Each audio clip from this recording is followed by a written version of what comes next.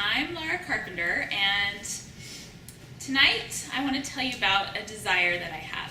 And I say desire instead of goal or instead of mission, because right now I haven't figured out how to do this, but it is a strong desire of mine. And my desire is to strengthen families in my community, in the state, in the nation. When I listen to the news, I hear of all these political problems and problems with schools and all different sorts of problems. And I often think to myself that if we had stronger families, if children were learning in their homes, they were taught right from wrong, how to work and how to serve, then and how to treat other people, then these problems would go away. They wouldn't go away, but we wouldn't have so many problems. In the Family of Proclamation to the World, it says, "We call upon responsible citizens and officers of government everywhere to promote those measures designed to maintain and strengthen the family as a fundamental unit of society." It says fundamental unit of society, and I totally believe this. I believe our families are important and that that's what our society is based upon. In the last General Conference address, President Packer said, "Parents today wonder if there is a safe place to raise children. There is a safe place. It is in a gospel-centered home. We focus on the family and the church, and we counsel parents everywhere to raise their children in righteousness." So it's important for us to remember that our homes are where our children learn and grow. Mitt Romney in his concession speech said, "We look to our parents. From the final analysis, everything depends on the success of our homes." And Barbara Bush said, "Human connections with spouse, with children, and with friends are the most important investments you will ever make. At the end of your life, you will never regret not having passed one more test, not winning one more verdict, or closing one more deal. You will regret time not spent with a husband, a friend, a child, or a parent. One thing will never change. Fathers and mothers, if you have children, they must come first. You must read to your children, you must hug your children, and you must love your children. Your success as a family, our success as a society, depends not what happens at the White House, but what happens inside your house." Now, I could spend all day on talking about the importance of family. I could spend this whole time, but I know I only have 10 minutes, so I'm going to narrow it down to just one important thing that we can do with our families to strengthen them. I've been working in my family on our family mission statement, and we've been doing it for a long time. We're still working on it, but we've come up with like 2 pages of things that are important to us. And I was looking at it the other day, and I thought, I need to narrow this down. This is way too long. And so I talked to my two oldest boys, and I asked them, of all the things that we have been talking about, what is the most important thing to you? And my oldest son said, our date nights, and that's when we go out one-on-one with our kids. And then my youngest son said, spending time with the family. And so for both of them, it was the time that they spent with me and with my husband. I was talking, or actually, my husband and I, we've been married for 12 years, and we've lived in 11 different places. That's a long story for another time. But my oldest son has lived in 9 of those places. And when I asked him what his favorite place was to live in, he tells me it was a little 2-bedroom apartment that we lived in. And I've often thought, why is this his favorite? And I thought about it, and it was when he was 2 and 3 years old, and that's when it was just him. And I wasn't teaching preschool, I wasn't doing anything much else in my life. So I could just hang out with him all day, and we'd go walking around the lakes. And so now I realize that the reason that was his favorite home had nothing to do with the house, but the time that we got to spend together. I was talking with a friend the other day, and we were talking about Christmas. And she said she was just tired of her kids just opening presents and playing by themselves. And her and her husband decided that they were going to have a different goal for Christmas. So last year, their goal was to make a memory. And so they got each one of their kids a slingshot and some paintballs.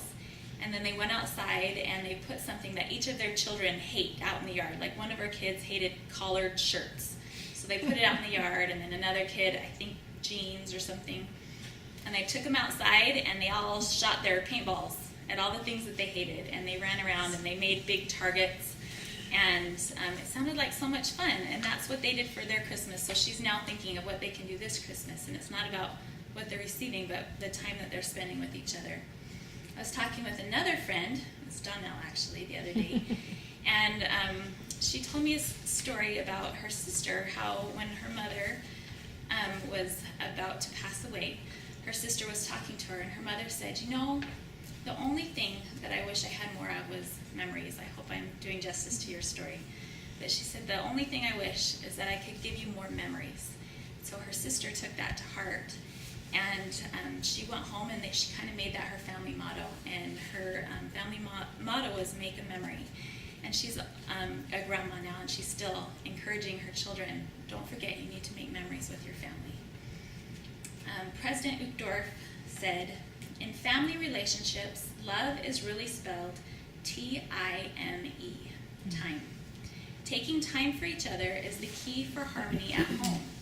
We talk with, rather than about each other. We learn from each other. We appreciate our differences as well as our commonalities. We establish a divine bond with each other as we approach God together through family prayer, gospel study, and Sunday worship. As I was preparing this, I was thinking all of us we teach our kids in home, and we spend a lot of time with our children. And I had an experience when my first son, before I was teaching him at home, and he went away to kindergarten, he started throwing these crazy tantrums. And one day on the way home from school, I had picked him up, we were walking home, just in the middle of the sidewalk, he just threw this huge tantrum, and it was so unlike my son, and I was so frustrated.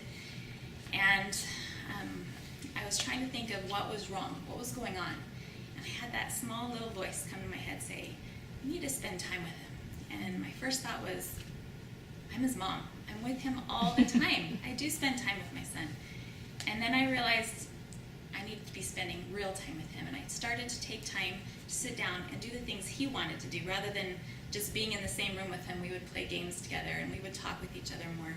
And it helped so much. His tantrums completely went away when I started to make that connection. So I just wanted to end with a few ideas. These are from my own family. If we had more time, then I would love to hear everybody's ideas, because I know that you guys all have ways that you have real time with your families.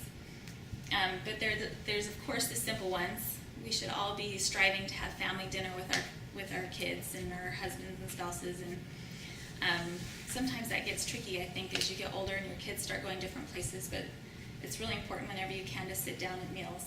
And consistent family home evening. And then in our family, we like to play games. Every family's have different things. One of our favorite games is hide and seek. So we'll go around our house and we hide, and then we never just find each other, but when we find each other, we jump out and scream as loud as we can. And it's really fun. It's a fun way to do it. Sometimes we turn off all the lights and we walk around with flashlights and we find each other with flashlights. Another thing, and I actually did this with Donnell and her boys the other day, we made slingshots, and we had a bunch of marshmallows, and we just had a big marshmallow war. And I saw an idea on Pinterest. I haven't tried it yet, but it sounds fun, where you can, when the husband, your spouse, gets home from work, you can tape a little note to the door with marshmallows on it and say, get ready. And then when they come in, just start pelting them with marshmallows, and then he can do it back. I thought that sounded like fun. I'll try it sometime, and I'll let you know how it goes. Of course, movie nights are always fun with junk food and stuff, or not junk food, healthy food, I don't know. Movie nights are fun though. And then always family traditions are good.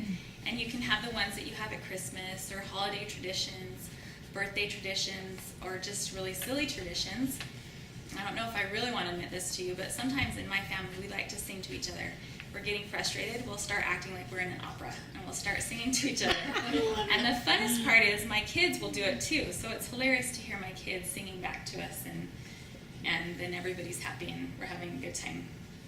We also like to do something called cool moves. And it's when I break out the video camera and we play loud music, and then the kids just start doing their cool moves. Sometimes it's jumping, like doing flips on the couch, or, if we videotape them and they get to watch it, then that's always fun. And then I mentioned earlier that we have date nights with one-on-one with each of our kids. So I'm going to finish off with what I started with. The family, a proclamation to the world says, we call upon responsible citizens and officers of government everywhere to promote those measures designed to maintain and strengthen the family as the fundamental unit of society. I think it's really important that we all remember that that has to begin with us, that we need to strengthen our own families first, and as we begin to see our own family strengthen, we can go out into the world and figure out something to strengthen others. So I will leave you with that. Yes, Lauren.